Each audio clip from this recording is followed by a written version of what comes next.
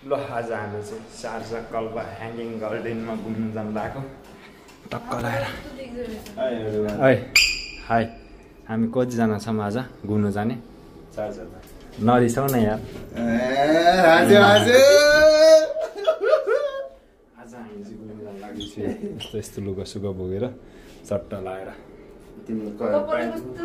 high भन ठिक छ हो एकदम हेलो भन हाई भन हाई ए दुईटा ट्यापे हो हामी ट्यापे नै हो ल ल कहाँ हिँड्ने अरे हामी म त चप्पल बोक्नु लाग्छ टक्क लाएर ल हाम्रो गाडी चाहिँ लास्टै कचरा छ गाडी पनि धुनुपर्छ सट्टा लाएर अनि अर्को ल यहाँबाट चाहिँ 120 किलोमिटर छ डिस्कभरी गार्डन अल्फ्रुजनबाट चाहिँ सो हामी चाहिँ यहाँबाट बर्दुबई जान्छु सामान किन्छु अनि त्यसपछि त्यहाँबाट टट्ट लाएर गाडी सारी पनि वास गर्नु छ त्यहीँ वास गर्छु अनि त्यसपछि एकजना दिदीलाई पनि त्यहाँबाट उठाउनु छ गाउँले दिदीबहिनी आई क्यान डु शेर्पालाई अनि चट्ट लाएर हामी चाहिँ अहिले अल्फ्रुजनबाट निक्लिसक्यो भर्खरै अनि त्यहाँ पुगेर भिडियो लामो हुन्छ है त हामी चाहिँ बर्दुबई पुगेर दिदीलाई नि भेटिसक्यो अब दिदीलाई टिपेर चाहिँ सामान सुपिङ गरेछ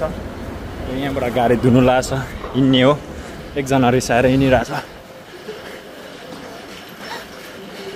यस्तो छ अनि मेरो गाडी चाहिँ यहाँनिर कति सफा गरेछ भन्ने कुरा हुन्छ यहाँ वा सफा गरेर आएछ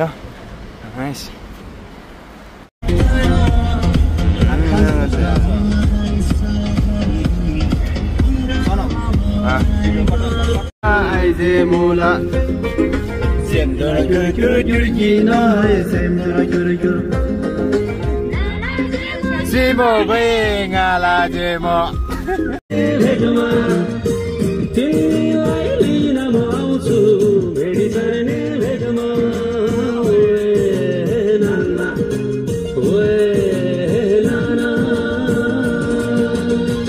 फाइनली हामी आइसकेको छ शारजा कल्पा सो बाटोमा चाहिँ खासै भिडियोहरू राम्रोसँगले गर्नु चाहिँ पाएँ म आफैले चाहिँ सनमले गरिरहेको थियो त्यही पनि ठिकै छ